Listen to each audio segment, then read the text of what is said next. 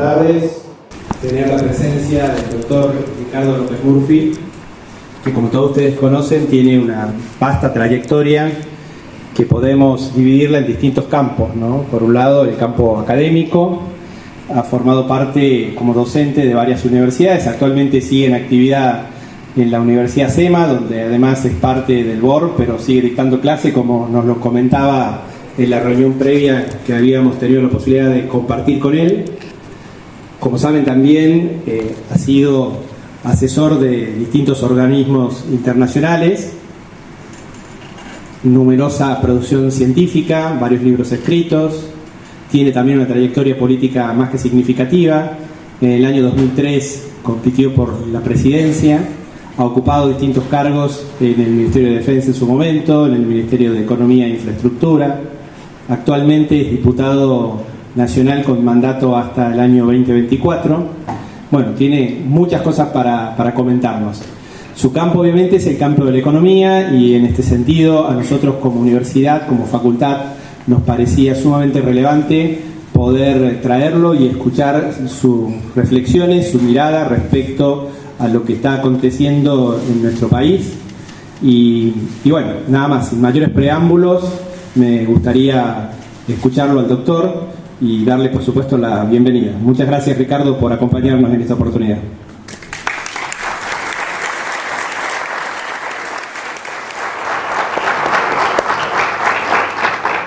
Buenas tardes a todos. Nos hemos demorado un rato porque estuvimos conversando con las autoridades de la universidad, digamos, los exitosos emprendimientos académicos y profesionales de la universidad, y como mis áreas de interés son hoy muy amplias. Como todos ustedes comprenden, no solo como diputado nacional, sino porque de una manera o de otra tengo un rol en la campaña de una de las candidatas a presidente, y allí he abarcado una buena parte de los campos de los debates.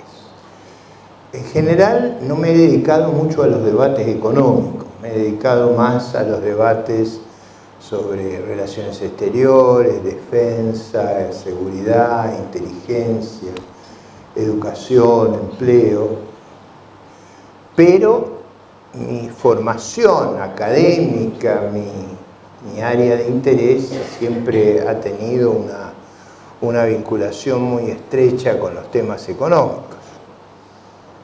Y en la invitación que se me formulaba, se me pedía una reflexión sobre el tema de inflación, que es un tema, yo diría, con características muy dramáticas en nuestro país. ¿Por qué razón? Primero, por su carácter crónico, o sea, hace muchos años que tenemos muy alta inflación, muy alta inflación. Ustedes piensen que le hemos quitado 13 ceros a la moneda y ahora le vamos a quitar 3 más. Cada cero es 1000% de devaluación. Yo cuando era joven había quien pensaba que un poco de inflación ayudaba. Bueno, me parece que se nos pasó la dosis, ¿no? Es decir, esa idea de que la estabilidad es algo que está negado a los argentinos, desgraciadamente, formó parte del desarrollo conceptual. Y al revés de lo que se opina en muchos casos, yo creo que hubo un déficit de preparación de nuestros liderazgos para entender los costos extraordinarios que tenía la destrucción de la moneda y consiguientemente la destrucción del sistema financiero, del mercado de capitales, de los derechos de propiedad. Cuando se destruye, Lenin aconsejaba destruir la moneda como una forma de propiciar la destrucción del Estado y en todo caso crear las condiciones revolucionarias. La inflación, cuando yo digo que nuestro liderazgo no lo comprende bien, quizás yo tengo una metodología que he adquirido hace 20 años, que es escuchar con mucho cuidado a la actual vicepresidenta de la República. Yo sé, y eso ustedes lo van a ver rápido, que si uno eleva a la -1 sus propuestas, elevar a la -1 quiere decir exactamente lo contrario, el recíproco. Acuérdense, cuando elevan a la -1 es el recíproco, no erran nunca. Entonces, yo creo que uno de los problemas serios que hemos tenido es que ella ha estado predicando durante muchos años que los déficits no tenían que ver con la inflación y que la cantidad de dinero tampoco. Ese problema es un problema importante, porque si el liderazgo dice cosas disparatadas, no es fácil para la sociedad entender su verdadero dilema. Y eso fue machacado día tras día, hora tras hora, durante mucho tiempo, y creo que nos ha hecho un daño estructural. Pero los problemas venían de antes, de todas maneras. Hay gente que recuerda poco nuestra historia, y yo quisiera ir sobre la historia, pues la historia es importante. Entre 1890 y 1943, Argentina tuvo menos inflación que Estados Unidos y creció más. Eso parece hoy increíble, pero eso es lo que ocurrió. Eso se debieron a las reformas monetarias de Pellegrini y Roca, que establecieron un sistema que produjo una enorme disciplina que le hizo extraordinariamente bien al país. En esa historia, una de las conversaciones que tuvimos hoy en el rectorado es sobre el problema que en la escuela argentina se lee poco, en general, y se lee poco sobre nuestra historia, y se lee poco sobre el ilustre tucumano. Alberdi es una lectura casi, yo diría, imprescindible. No solo por el libro que da lugar a la Constitución, sino por el otro, el del sistema rentístico. En ese largo periodo, Argentina tuvo un régimen monetario que le permitió este éxito. Pero en particular yo quisiera rescatar un episodio extraordinario que ocurrió en esa época, que fue la presidencia de Marcelo Torcuato de Alvear. Durante su presidencia, su ministro de Hacienda, en mi opinión, probablemente el mejor ministro de Hacienda que tuvimos, había que operarlo para sacarle un peso a Víctor Molina. Víctor Molina logró volver a la convertibilidad de preguerra, o sea, en el año 14 nosotros abandonamos la caja de conversión de Pellegrini por la guerra. Todos los países salieron del patrón oro, pero Molina tuvo una persistencia extraordinaria y logró algo que pone en discusión no solo la aptitud de nuestra dirigencia de ese momento. Para que ustedes recuerden, el ministro Molina logró volver a la convertibilidad, al precio de preguerra, cosa que no pudieron hacer ni el Reino Unido ni Francia. O sea, nuestros estándares en esa época era que éramos capaces de hacer lo que no habían logrado hacer ni el Reino Unido ni Francia, y Víctor Molina intervino en una forma indirecta en el debate Churchill-Keynes sobre si era posible tener una vinculación con un patrón duro como era el oro, demostrando exitosamente que se podía hacer. Como estamos con el ánimo tan caído, hay que recordar que alguna vez algo ocurrió en nuestro país que hizo que millones de inmigrantes vinieran a construir su futuro. Como hoy los hijos se van, hay que acordar por qué venían. Y una de las razones por las que venían era que teníamos una institucionalidad que favorecía desarrollo económico, la prosperidad, premiaba el mérito, el esfuerzo y generaba las condiciones para que nuestro país se destacara entre el resto de los países del mundo. ¿Cómo se deteriora el sistema monetario argentino? Básicamente en el año 43 se interviene al Banco Central. El Banco Central tenía un directorio que estaba integrado por gente del sector público y privado y se lo subordinó a la tesorería. Y ahí empiezan los problemas. Durante muchos años perdimos esas reservas increíbles que teníamos, porque, claro, porque era tan fuerte la moneda. Hoy tenemos reservas negativas. Ustedes se dan cuenta, es difícil tener reservas negativas. Yo nunca había visto algo igual. Tenemos reservas negativas por una cantidad extraordinaria. Bueno, acuérdense que cuando termina la guerra, el comentario que había, tiene que ver con los debates de campaña, esto por eso lo quiero referir, era que no se podía circular por las bóvedas del Banco Central por la cantidad de oro que había. Para que ustedes tengan una idea, a precios de hoy serían equivalentes a 250.000 millones de dólares. Esas eran las reservas que teníamos, ahora tenemos menos 10.000. ¿Por qué recuerdo esto? Tiene importancia en el debate. ¿Se acuerdan cuando Patricia Burri dijo que iba a ir con las cámaras a ver qué había?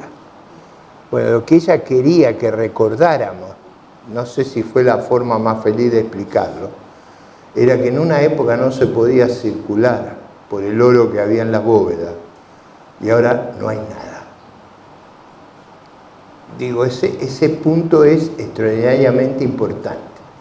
Imagínense si tuviéramos, bueno, no, esto se lo hubieran gastado, pero 250.000 millones de dólares tendríamos una situación totalmente diferente que esa ansiedad, esa incertidumbre que sufrimos todos en este momento. En los 30 años que siguieron al fin de la Segunda Guerra Mundial, hasta el año 74, tuvimos una inflación de aproximadamente promedio de 30%. Digamos, en promedio hubo algunos años más, pero teníamos 30%. O sea, el mundo no tenía inflación, nosotros teníamos 30%. ¿Por qué teníamos esa inflación? Bueno, es muy fácil de explicar, porque teníamos un déficit muy grande y el déficit se financiaba imprimiendo dinero. O sea, si no hay dinero, esto es importante que lo explique para que no nos equivoquemos. Si no hay dinero, ustedes ya con esto que les voy a decir van a localizar los políticos charlatanes. Eso es muy importante, es un paso inicial formidable. Si no hay dinero, no hay precios nominales, hay precios relativos. O sea, hay cuántas bananas me da por una manzana, cuántas sillas por una mesa. Sin dinero no hay precios nominales. Lo que determina que haya precios nominales es la presencia de dinero. La inflación es el aumento sistemático del nivel general de precios, que es el aumento sistemático de los precios nominales.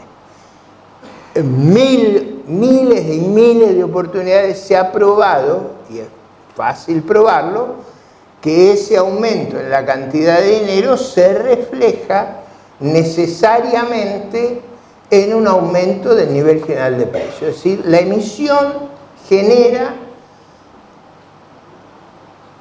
la inflación. ¿Por qué se emite? Porque ahí fue cuando el profesor Friedman, el premio Nobel de Economía, estableció que la inflación es siempre y en todo lugar un fenómeno monetario. ¿Qué es lo que Cristina cuestiona? O sea, cuidado porque esto de ir contra la ciencia es peligroso.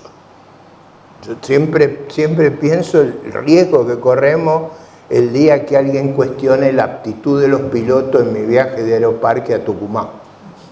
Imagínense si surgiera en el pasaje la idea peregrina de que cualquiera puede manejar el avión y sorteáramos entre los pasajeros quién va a estar a cargo del avión. Yo estaría todo el día rezando para que le toque a los pilotos el sorteo. Digo, estas cosas en medicina, si usted hace mala praxis, es un asesino. En política es mucho peor, pero no está claro eso. Y ahora estoy tratando de que entiendan las nociones centrales, por supuesto, para abordar el problema que tenemos. Pero primero tengo que construir los cimientos. Entonces, si todos entendieron la vinculación entre dinero e inflación, ahora vamos al segundo paso, que es ¿por qué se emite dinero? Se emite dinero para conseguir recursos. O sea, usted entrega un papel pintado y a cambio del papel pintado hay gente que le entrega bienes. El papel pintado es los billetes. Es decir, aumentar el número de billetes genera ingresos. Eso es lo que es el impuesto inflacionario. Ese impuesto inflacionario, ¿para qué se cobra? Para cubrir la diferencia entre gastos y recursos del Estado. Entonces viene, ahora quiero dar el otro paso. Este paso también es importante, vaya a saber, si nos toca Patricia Burri, presidente, ella le presta atención a un economista. A mí me gustaría que me prestara a mí, pero le presta atención a un economista que es premio Nobel, con el cual ella dialoga, y no todos tenemos esa posibilidad de dialogar con el premio Nobel. El premio Nobel que le gusta a nuestra futura presidente es Thomas Sargent, famoso economista de la Universidad de Minnesota y de la Universidad de Chicago, que viene, su premio Nobel ocurre muchos años después del de Friedman, y Sargent ha cambiado el argumento de Friedman diciendo: la inflación es siempre y en todo lugar un problema fiscal con un cómplice monetario. O sea, la raíz de inflaciones recurrentes como la que tiene Argentina solo se puede asociar a un descalabro fiscal permanente. Si López Murphy se hubiera dedicado a la vida como scholar, que esa era su pretensión muchos años atrás, pero los líos de acá no me dejaron, yo hubiera agregado que uno tiene este tipo de fenómenos cuando el sistema político se descompone, porque la inflación es una forma de trampear, de robar, de destruir la calidad institucional del país. ¿Por qué? Porque si usted, Alberdi, al cual yo le presto una singular importancia, espero que todos los chicos tucumanos lean a Alberdi. Digo, que sea casi novio, porque Alberdi además escribía muchas cosas, hasta novelas. O sea, digo, interesante, además escribía muy bien. Hay una que es buenísima, no sé si la 101 y las cartas, ¿cómo se llamaba la respuesta? Bueno, ahora me voy a acordar. Que es el debate entre Alberdi y Sarmiento, que es apasionante, porque ahí uno se da cuenta lo gigante que eran nuestros líderes de antaño. Usted destruye las instituciones. Alberdi, para evitar todos estos problemas que tenemos, en la Constitución puso 3 límites geniales para que no pudiéramos hacer estas cosas. O sea, el grado de corrupción al que hemos llegado es muy profundo. No es solo el de que todos estamos entretenidos con Insaurralde, con chocolate. Digo, para que nos entretengamos acá también, yo estoy esperando el chocolate de la legislatura tucumana, pero eso se los dejo a ustedes. Vamos Alberdi puso 3 límites que son muy importantes de entender. El Congreso es el único que tiene facultades para los impuestos. O sea, si usted quiere gastar, tiene que recaudar impuestos. El Congreso es el que autoriza el endeudamiento. O sea, si a usted, por alguna circunstancia, no le alcanzan los recursos y por un tiempo, de manera excepcional, se va a endeudar, es el Congreso el que lo autoriza. Y el tercer control de Alberdi es que el banco emisor está también bajo control del Congreso. Desgraciadamente, por una serie de mecanismos de degradación institucional, estas tres cosas no se cumplen. Y no se cumplen esencialmente en la manifestación más patológica que tiene nuestro sistema institucional, que es ese banco central que emite descontroladamente y además se endeuda descontroladamente sin que las autoridades, el Congreso de la Nación pueda intervenir. Yo antes, cuando era solo profesor, creía que porque nuestros legisladores no estaban anoticiados de estos límites institucionales. Pero yo he estado sentado ahí, gritando como un energúmeno. ¿Por qué no venía el presupuesto del Banco Central, que era el principal gasto que teníamos, a ser discutido en el Congreso? Bueno, todo este tema de las LELIQ, todas estas cuestiones, que yo veía esas deudas descomunales. Y, digamos, en esta degeneración institucional ustedes tienen un problema, pero no un problema que no lo podamos resolver, es un problema que se resuelve con una cosa muy simple, que es volver a la Constitución. Volver a la Constitución, respetar la Constitución. Por supuesto, la trampa del impuesto inflacionario es sumamente atractiva para gobiernos mentirosos y corruptos. Es un impuesto extraordinario, usted lo recauda. Fíjense lo que nos pasa ahora. Recaudamos casi 8 puntos del producto, sobreajustamos la economía y luego está claro para la gente que estamos sobreajustados. El país nuestro está sobreajustado por el impuesto inflacionario, que hace mucho daño, no solo a la economía en su conjunto, sino a los sectores sociales más vulnerables. Y acá viene otra cuestión importante para que yo construya el otro cimiento que quiero construir. ¿Cuál es la base del impuesto inflacionario? La base del impuesto inflacionario son los saldos monetarios que tenemos en los bolsillos, de la cantidad de dinero. ¿Qué pasa en una sociedad como la nuestra cuando hay alta inflación? Los sectores de altos ingresos, su patrimonio en pesos es una fracción infinitesimal del total del patrimonio. ¿Quiénes tienen todo su patrimonio en pesos?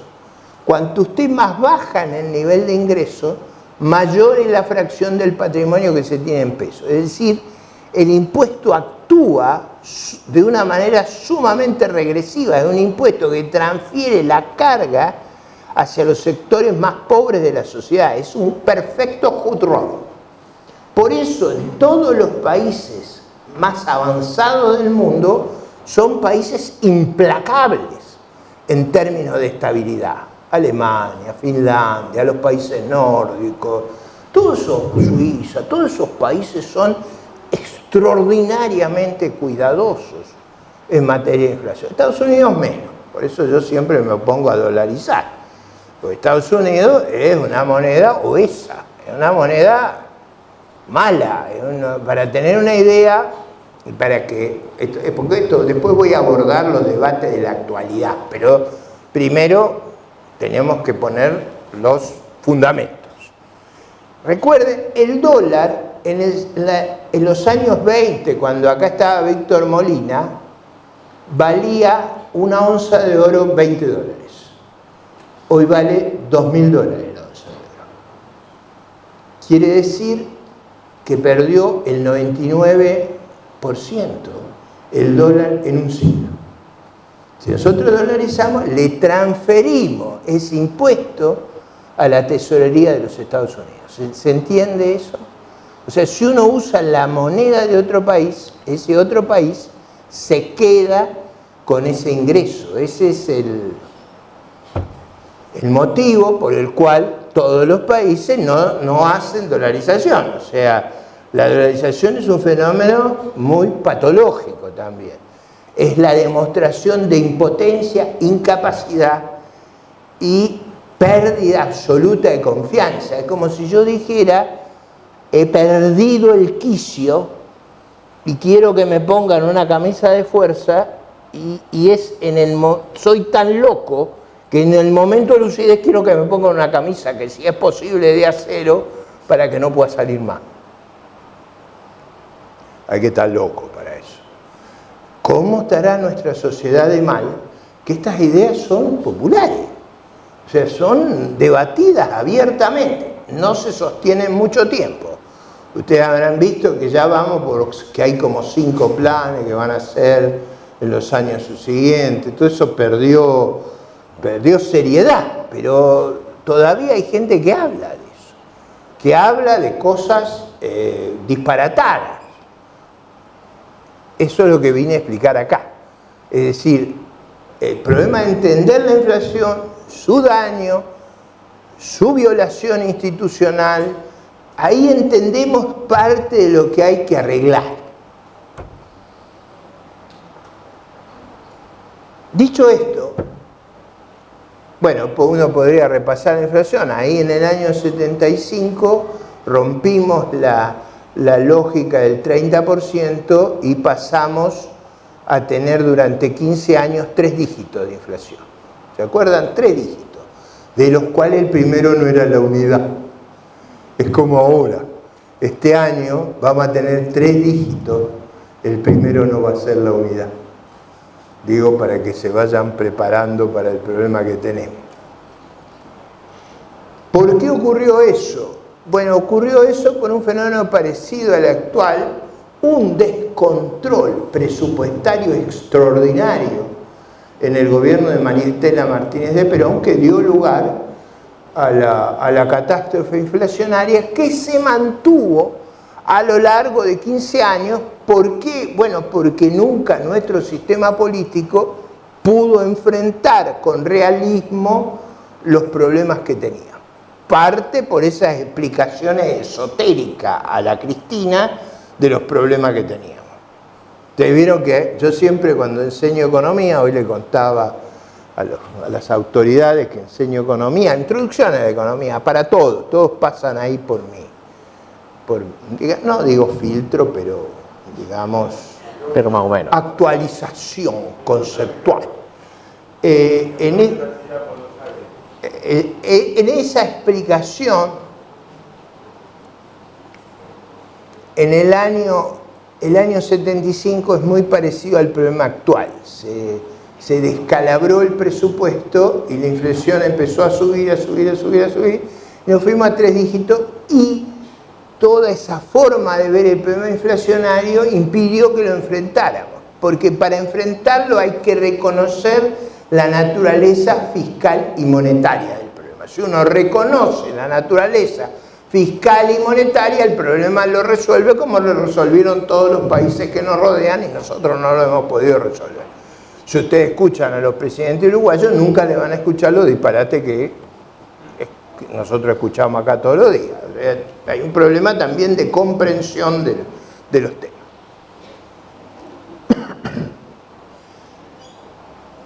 Durante unos años, en los 90, después de sufrir 2 hiperinflaciones, los jóvenes no se acuerdan, un caso interesante, nosotros tuvimos 2 hiperinflaciones, una en julio del 89, cuando finalizó el gobierno del doctor Alfonsín, julio del 89 contra julio del 88 llegamos al 5000%, y una segunda hiperinflación al fallar los primeros planes del presidente Menem, que en marzo del 90 contra marzo del 89 llegamos al 21.000%. Esa catástrofe dio lugar a un intento nunca bien entendido de reproducir el experimento de Pellegrini. O sea, como había estabilizado Pellegrini a fines del siglo XIX, lo había hecho con una caja de conversión. En marzo del 91, la entonces autoridad presidente Menem y el ministro Cavallo lanzaron una caja de conversión que ustedes recordarán estabilizó. Tuvimos durante 10 años prácticamente no teníamos inflación. En realidad ayer el profesor Roque Fernández me recordaba que los últimos años habíamos tenido deflación. Y acá viene un punto importante de entender por qué ese experimento que tuvo éxito por varios años, finalmente fracasó. Eso también lo tenemos que entender porque eso condiciona, ustedes ven, cada país está muy condicionado por los experimentos anteriores. O sea, usted en Alemania, después de sufrir las hiperinflaciones, los alemanes le habla de inflación y le agarra un ataque. Los alemanes no querían ir al euro porque tenían miedo de perder su amado Deutschmark. Amaban a su moneda. Al revés que nosotros, que es como una mancha venenosa. Usted vino, usted mira, saca de acá, saca de acá. Los alemanes fueron persuadidos después que lograron dos cosas. La primera, que el Banco Central de Europa se instalara en Frankfurt, al lado donde estaba el Bundesbank. O sea, una cosa notable, o sea, y lo construyeron a imagen y semejanza del Bundesbank. Lo segundo que lograron fue disciplinar a los italianos. Importante antecedente porque nosotros tenemos una cantidad importante de italianos. Por suerte no la tenemos de griego, porque si no sería más complejo todavía.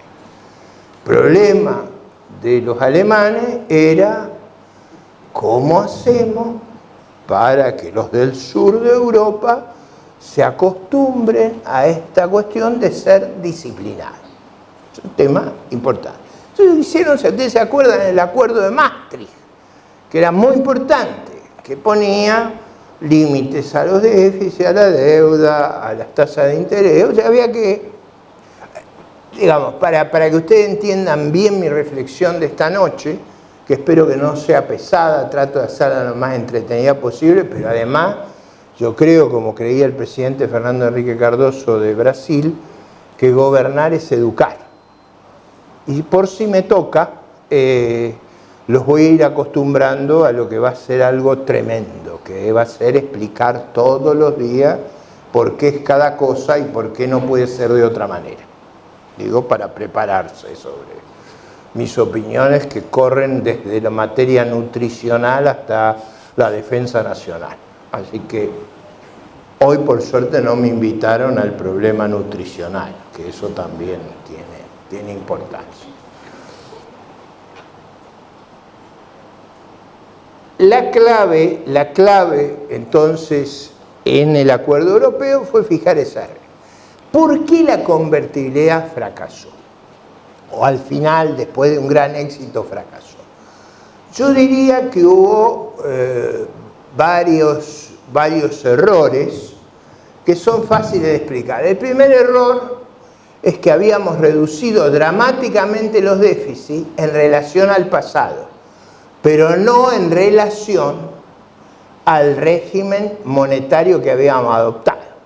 O sea, nos volvimos mucho más disciplinados en relación al pasado, pero no en relación al régimen que habíamos adoptado. El régimen que habíamos adoptado requería una disciplina extrema, que no la supimos implementar.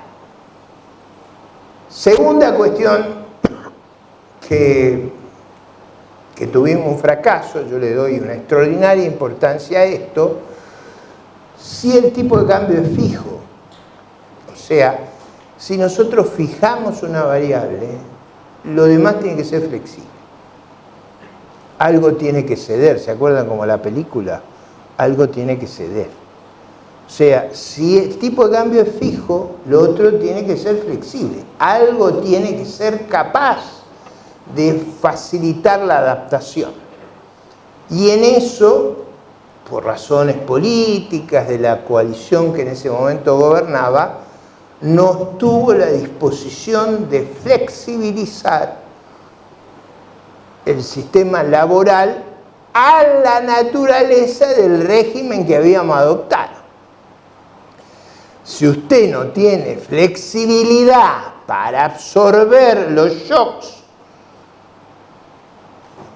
el ajuste no se produce en precios, sino se produce en cantidades. Y eso adquiere características feroces bajo una rigidez como la que nosotros teníamos. El tercer caso, quizá menos importante, fue que no adoptamos todas las regulaciones precautorias que había que adoptar en la banca central para evitar que... Hay un libro del profesor... Hay un libro de un profesor de la Universidad de Tucumán sobre la historia del noroeste. Y él cita en ese libro los problemas de disciplina que tenían todas estas provincias. Imagínense si Tucumán tiene posibilidades de endeudarse. Eso es seguro que tenemos un problemón. Seguro que tenemos un problemón. En las regulaciones bancarias no había, yo había sugerido que pusiéramos una restricción para que no se pudieran endeudar, como tenían los Estados Unidos para los estados provinciales. O sea, ¿por qué esto es importante? De nuevo, por la Constitución. En nuestra Constitución está el argumento que la nación no puede permitir que no se presten los servicios educativos. O sea, tiene que ir en auxilio. ¿Esto qué significa? Que si usted entra en quiebra, yo lo tengo que ir a auxiliar. Si lo tengo que ir a auxiliar, tengo que asegurarme que usted no va a estar nunca en quiebra. Para lo cual hay que poner un límite al endeudamiento, en mi preferencia, cero. Cero. O sea, tiene que ser un límite que limite las capacidades de endeudamiento por el mecanismo institucional, que yo no puedo dejar que se caigan los servicios de seguridad, educación, etcétera. Hecha esta explicación, más o menos ustedes van perfilando cómo tiene que ser el programa. Ahora después de toda esta larga explicación, uno ve con claridad el programa. ¿Qué es lo que tenemos que hacer? ¿Qué es lo que tenemos que hacer? El fracaso de la convertibilidad derivó en enormes crisis, sobre todo derivó en la idea que de nuevo podíamos emitir. Y fíjense lo que ha sido la fiesta, que de 1 hemos pasado a 900 en el valor del dólar. 900 veces, o sea, son peores que Insaurralde, o sea, descontrolado, o sea, no tienen límite. De 1 a 900, 900 veces ha sido la fiesta. Pero ahora tenemos una perspectiva global de lo que tenemos que hacer. Primero, tenemos que balancear las cuentas. Tenemos que lograr balancear las cuentas. Con un detalle.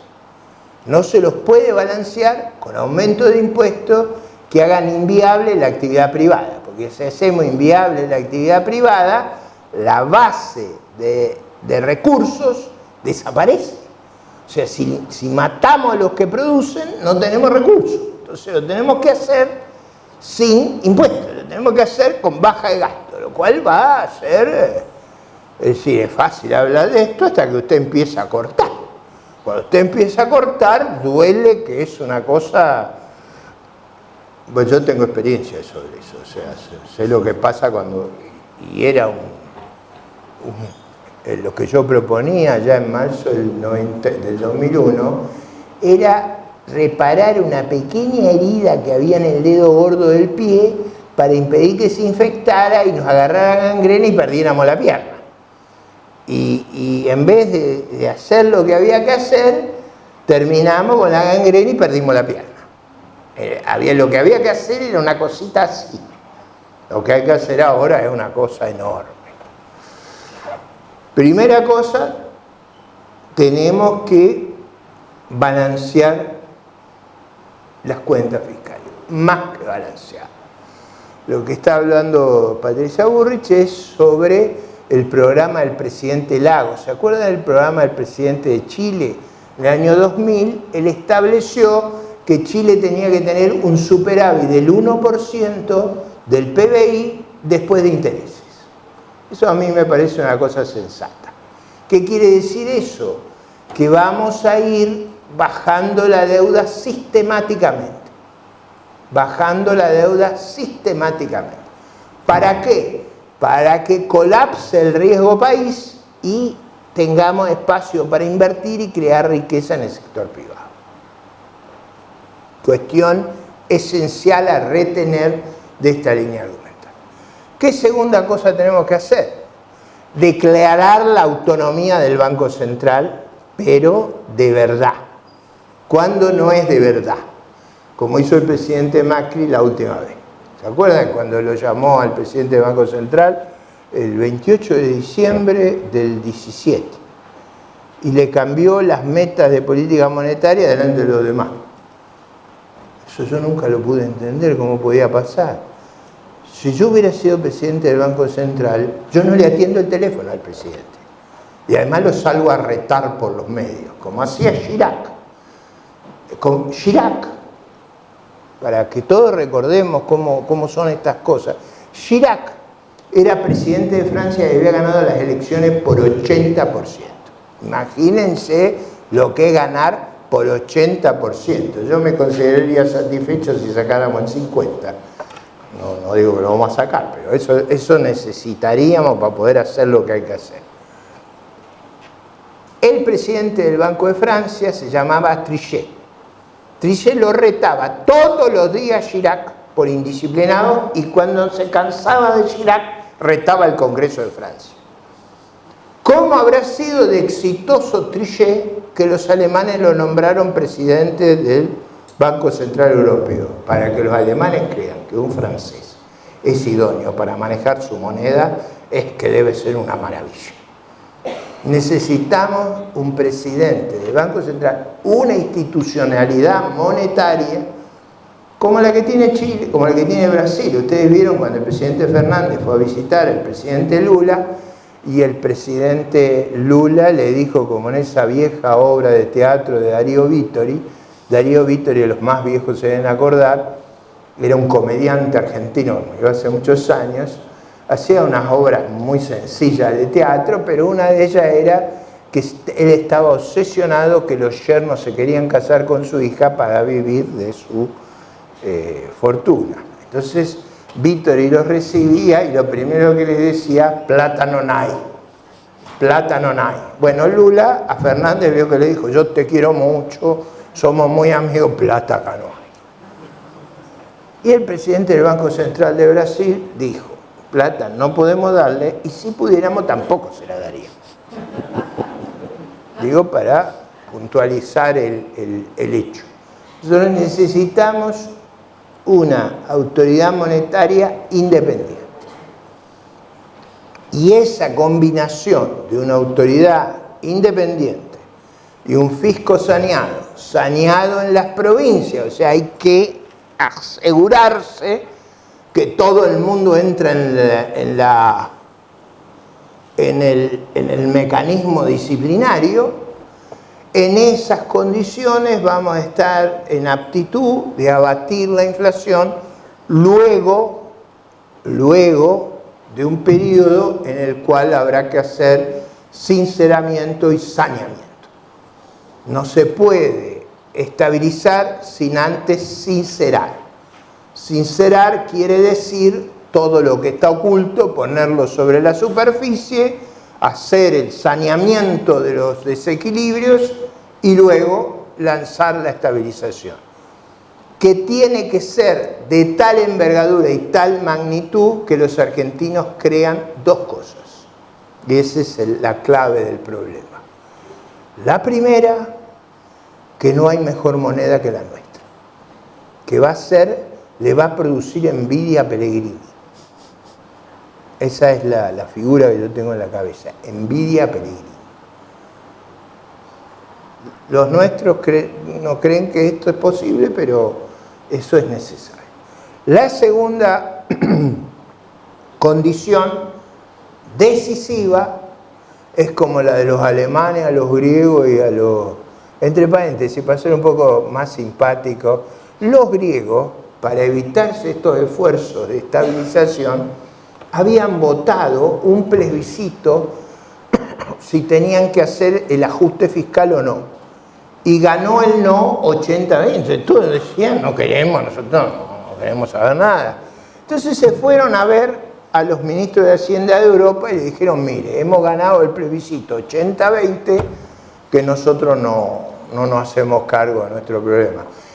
El ministro de Alemania era ese señor que en un atentado lo habían dejado paralítico, una bomba lo había dejado paralítico, estaba en la silla de ruedas y tenía un gesto de eso inolvidable, era nunca yo lo vi sonreír. Los ministros de Hacienda en general, si sonríen, no son ministros valiosos, o sea, no tiene que tener miedo de ir al despacho del ministro de Hacienda. Si eso no se da, no es bueno. Este ministro de Hacienda alemán lo escucha a Tsipras venir, el amigo de Cristina, y le dice, así que ha resuelto irse el euro. No, dice Tsipras, lo que nosotros hemos votado es que usted se haga cargo de nuestro problema. Ah, dice, fíjese, los alemanes me han votado para que eso no ocurra. Así que usted se va para Grecia, para Atenas, y hace mucho más de lo que le pedimos, o se va del euro. Volvió, hizo una feroz corrección, por supuesto ya no lo vota ni la esposa. Pero digo, esa estupidez de hacer una manifestación pública para decir yo no me quiero hacer cargo de mis problemas es un infantilismo. Digo, por los debates que vamos a tener hacia adelante. La pregunta que uno se hace no es sobre qué es lo que tenemos que hacer, eso lo entendemos técnicamente perfectamente. ¿Por qué esta solución es mejor que la dolarización? Es muy simple. Si nosotros logramos generar credibilidad, todo el esfuerzo de la moneda lo capitalizamos nosotros. Si no, lo capitaliza la tesorería americana. ¿Cuánto vale eso? Aproximadamente 500.000 millones de dólares. Los argentinos no estamos en condiciones de hacer ese enorme sacrificio para lograr estabilidad, porque eso seríamos de una estupidez crónica.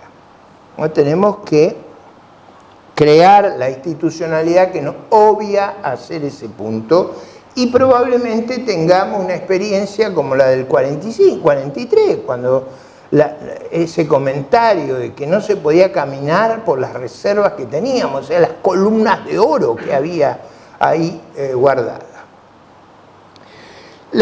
Y ya voy concluyendo para no aburrirlo, espero que haya sido entretenida la exposición. El problema básico es político, ¿vamos a tener la fortaleza para darle gobernabilidad al país? Y ahí viene un tema que se aparta del tono académico y histórico que yo le he dado a mi conferencia. El país, frente a una crisis tan inmensa, de carácter tan estructural, no puede tener un gobierno débil. Y desgraciadamente de las PASO surge un gobierno débil. Probablemente tenemos tiempo de corregir el 22 de octubre. 22 de octubre yo he popularizado la gran solución, el camino, la llave, el talismán, lo que nos pasa del infierno a la normalidad.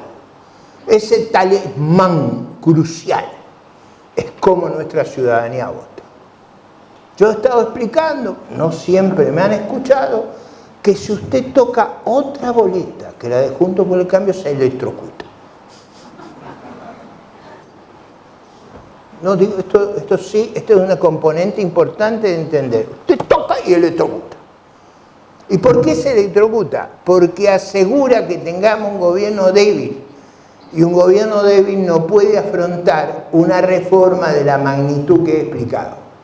Sin esa reforma, sin emprender esa tarea, el país se va hacia una crisis terminal, se convierte en un estado fallido, va a una crisis de característica absolutamente catastrófica. Entonces, no solo piensen lo que van a votar, piensen en volverse misioneros, ahora que estamos en Santo Tomás, misioneros y apóstoles, para evitar que le pase al país una tragedia. Así que acuérdense, y con esto concluyo, toco la boleta equivocada y nos electrocutamos. No es una broma, no es una campaña, no es una propaganda. Es simplemente observar la realidad de quién está en fuerza de hacer cosas y qué insumo necesita. Necesita una victoria arrolladora. Ahora, si no ocurre una victoria arrolladora, a todos es mucho más difícil. Mi abuela tenía una expresión que a mí siempre me ha... Tenía dos, era muy católica, ¿no? Acá lo puedo hacer, en la Universidad de Santo Tomás lo puedo hacer. Mi abuela era muy católica, una vasca tremenda. Yo me crié con mi abuela, así que me hacía hacer deberes. Los maestros eran unos santos para mí, los problemas eran los deberes de mi abuela. Pero ella tenía dos expresiones que a mí siempre me han nutrido. Una que me lo reiteraba cada vez que yo desfallecía, que era: las puertas del infierno no prevalecerán. Que ese es el corazón de la civilización hebreo-cristiana, el corazón de la esperanza de que el bien prevalece sobre el mal. Una vez me ligué un coscorrón por hacerle una sugerencia que sus opiniones me hacían acordar a las películas de Hollywood. Ustedes vieron que en Hollywood siempre el muchachito termina casado con la persona correcta, el bien prevalece sobre el mal, bueno, toda esa... Pero mi abuela se enojó mucho porque yo no entendía el mensaje filosófico que ella me estaba dando. La segunda expresión que ella tenía cuando se planteaban esas situaciones sin salida posible, recuerden que era una persona vasca muy católica. Ella decía: que os coja confesado. Así que si no hacemos lo que corresponde el 22 de octubre, yo recordaría la expresión de mi abuela, la segunda: que os coja confesado. Si hacemos lo que corresponde, viene la otra: las puertas del infierno no prevalecerán. Así que elijan. Gracias.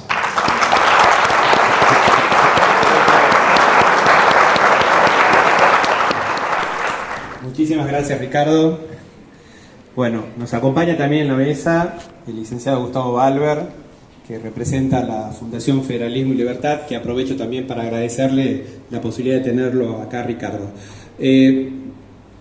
Gustavo es un destacado economista tucumano, docente universitario, en algún momento también fue docente de esta casa.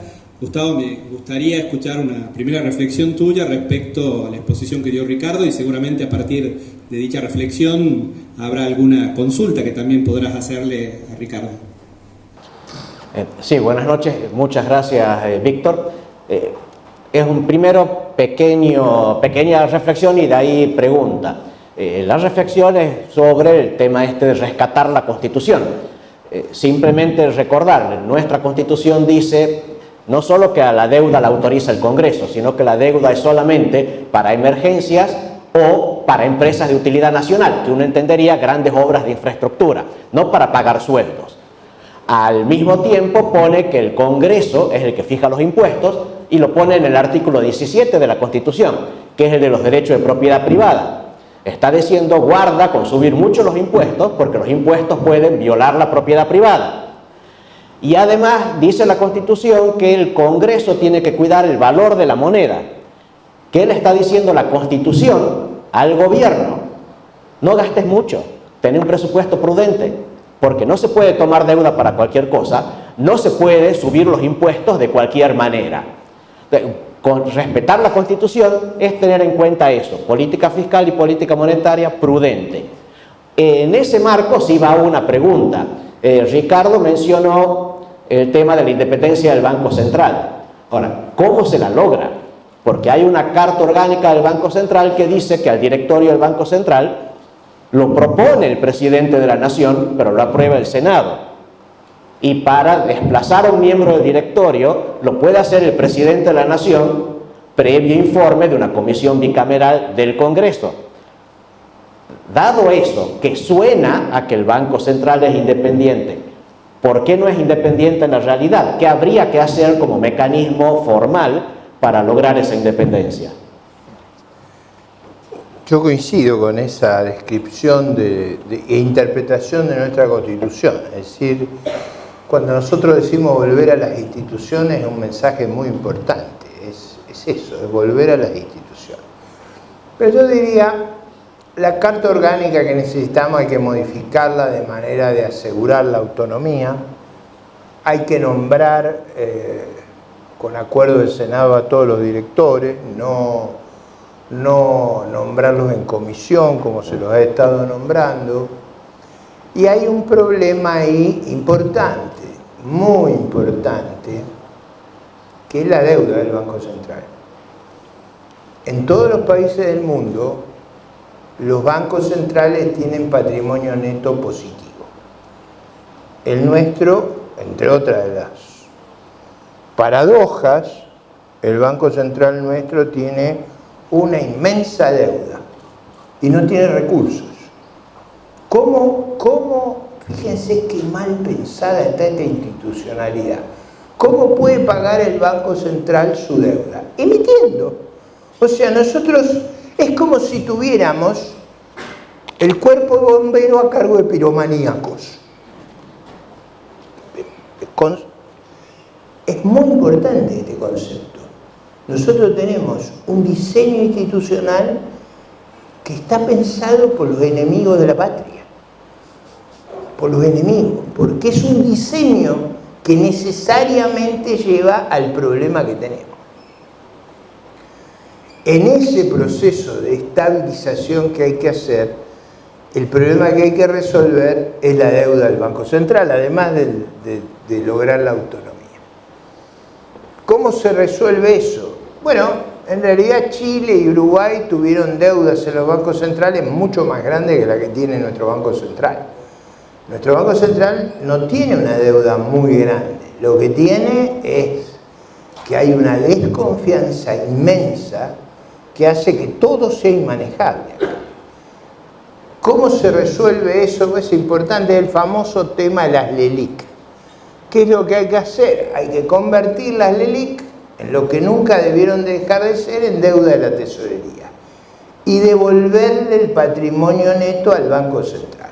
Y eso implica un largo esfuerzo previo que tiene que ver con cuál es la estrategia a largo plazo, cuál es la estrategia argentina en el largo plazo. Eso excede la estabilización, la inflación, la deuda, que tiene que ver con cómo nos insertamos en el mundo. Nosotros hemos perdido autonomía como país, porque nosotros somos mendicantes. A todas las reuniones vamos con la manito, a ver quién nos pone un óvulo ahí para... ¿Vieron? Como los mendigos. Tenemos destruida nuestra dignidad. Y a todos lados que vamos ponemos la manito a ver si alguien se apiada de nosotros. Y giramos en descubierto contra el Banco Central de China. Ustedes se imaginan lo que debe ser las condiciones de los chinos. Por eso nos metemos en unos líos enormes como la base china en Neuquén. O sea, nosotros, esa actitud mendicante de nuestra dirigencia termina en esos desastres. Entonces, nuestra estrategia a largo plazo tiene que ser una estrategia de esfuerzo y austeridad para todo el país. Pero no solo para ganar la batalla de la estabilidad, sino para reganar la autonomía y la independencia económica, el dominio sobre nosotros mismos, que está comprometido cuando tenemos que andar mendicantes. O sea, nosotros pedimos para no hacer lo que hay que... No se pide más. Argentina tiene que volverse un miembro de la Comunidad de Naciones famosa por su austeridad, su disciplina, su esfuerzo de trabajo, su enojo con los que pretenden vivir del trabajo de otros. Es un cambio cultural. Por eso es tan necesario que el resultado cree en la Argentina un cambio dramático, no solo de las instituciones, como en este caso, sino también de nuestra cultura, de nuestra apreciación de nosotros mismos. nos tenemos, por ejemplo, yo tengo un problema que me autopercibo 20 años más joven. Vieron que hay gente que se autopercibe de otro sexo, yo me autopercibo 20 años más joven. Por mucha gente que discute conmigo y dice, no ha llegado la hora que se jubile, que se dedique a los nietos, que salga. Y yo digo, el problema es que me autopercibo 20 años más joven. Y esa autopercepción me produce esa vocación de luchar por mi patria, por la prosperidad y de mirar a largo plazo estas cuestiones. Esto de la autopercepción tiene un problema. La vez que lo dije en televisión, que yo me autopercibía 20 años más joven, ustedes saben que yo nado 4.000 metros, eso también hay que entenderlo. Yo nado 4.000 metros diarios para que la autopercepción esté avalada por una fortaleza física y una energía enorme. Los domingos a la mañana es el único momento que yo tengo un minuto de vida familiar, el resto no existe. Y mientras desayunamos con mi esposa leemos el diario. Ella lee una parte, yo leo otra y intercambiamos opiniones sobre los nietos. Y ella había escuchado en la televisión esto de mi autopercepción de que era 20 años más joven. Entonces me preguntó, ¿y a mí cómo me percibís? Y ahí le dije, yo te veo más joven que yo. Mi mujer se sonrió, no investigué más. No sé si se sonrió porque le pareció un piropo oportuno o porque creyó que la estaba burlando. Pero cualquiera sea la interpretación, no profundice. Así que cuando ustedes se autoperciben, cuidado que hay que autopercibir al otro, si no se arma una gresca bárbara. Pero dicho esto, yo creo que tenemos que cambiar un esfuerzo cultural muy grande sobre cómo vemos al país, al futuro del país. El país, la verdad, está en una situación extremadamente crítica.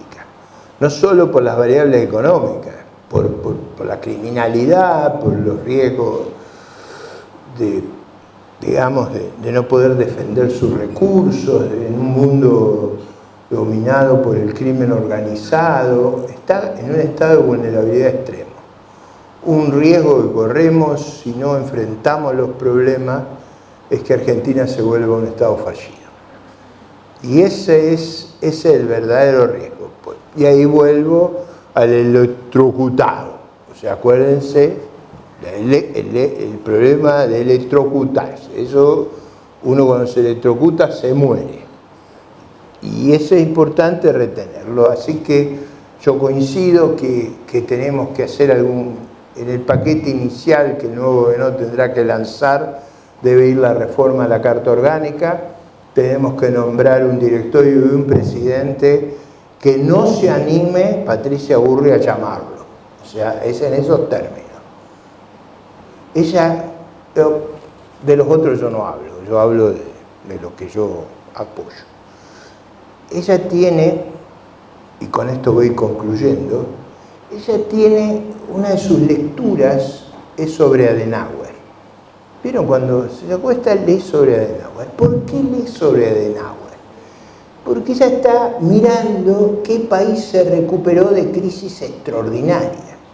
Y la Alemania de la posguerra se recuperó de crisis extraordinarias, se volvió un país próspero, fundó la Europa de la paz y del progreso, o sea, de un continente que se mataron más de 80 millones de personas en 3 guerras mundiales, terminaron en un continente, hasta la locura de Putin, en paz, y que convirtió a los enemigos mortales en socios. Y ella lee todo el tiempo sobre Adenauer. Cuando a veces, a mí me toca a veces ir con ella a las exposiciones, y voy sentado atrás con ella conversando de distintos tópicos. Cuando me comentaba sobre sus opiniones sobre Adenauer, yo para introducir este problema, le digo, ¿sabés que nunca lo llamaba el presidente del Banco Central? Porque el presidente del Banco Central de Alemania no le atendía el teléfono. Así que, ya que admirás tanto a Adenauer, tenés que nombrar uno que no te animes a llamarlo.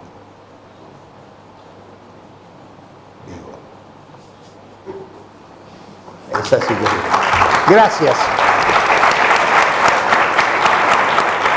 Ricardo, alguien del público quisiera hacerle alguna consulta, tenemos el micrófono. La idea es saber dónde radica para usted la fortaleza del gobierno, si está en habilidades técnicas, en sus habilidades gerenciales. Y segundo, ¿cuál cree usted que tiene que ser los estímulos que debería poner el gobierno para que la gente realmente pueda redirigir el dinero que tiene atesorado en su casa a la inversión? Muchas gracias. Yo creo que ese es un problema crucial de respetar las instituciones y dar credibilidad. Usted tiene que tener credibilidad. Por ejemplo, una cuestión muy importante de credibilidad es el orden. Volver a tener orden monetario, orden fiscal, orden en el sistema educativo, orden como principio organizativo. Yo creo que la Argentina vive un gran desorden y una forma de crear los estímulos correctos es generar un orden muy claro y muy transparente. Yo creo que si logramos hacer eso, los incentivos se van a volver muy atractivos para hacer cosas productivas. Y me da la sensación que nuestro país, que hace muchos años no crece, se ha atrasado, va a tener una pequeña ventaja que ocurre cuando usted estuvo muchos años fuera de invertir lo que correspondía. Va a entrar a la última tecnología. O sea, y se va a obviar todos los pasos de comprando cosas que se van superando. Así que yo creo que si nosotros estabilizamos y imponemos el orden y creemos que eso va a ser sostenible, eso es muy importante, vamos a estar en condiciones de generar esa, digamos, esa reacción, ese círculo virtuoso de crecimiento, consolidación que necesitamos como sociedad. Quería preguntarle, también retomando una frase de usted que dijo, cuando se autoelectrocuta, se muere. Mi pregunta es, ¿qué relación puede ver usted entre el saneamiento económico que mencionó y la sustentabilidad productiva en términos de agroindustria? Le pregunto desde una perspectiva de economía circular y, bueno, nada, para terminar de citarlo la tercera vez, usted dijo y preguntó si vamos a tener el valor de darle gobernabilidad a este país. Efectivamente, uno de los temas más importantes sobre los cuales se ha construido el debate de la sostenibilidad no es solamente la sostenibilidad financiera, fiscal, de la estabilidad monetaria, sino la sostenibilidad y la capacidad de reproducir el patrimonio de recursos naturales y ambientales que la generación nuestra recibió. O sea, si mi mecanismo de crecimiento es depredar el medio ambiente y los recursos naturales, ese mecanismo no es sostenible, no es eficaz en el tiempo. Entonces, la idea de sostenibilidad tiene varias dimensiones, pero yo diría es la posibilidad de no caer en un equilibrio falso. Un equilibrio falso es cuando aparenta ser estable, hay condiciones de sostenibilidad. Por ejemplo, si las cuentas implicaran que la deuda crece todo el tiempo como fracción del producto, eso es insostenible. Muchas gracias a todos. Muchas gracias, Ricardo. Muchas gracias.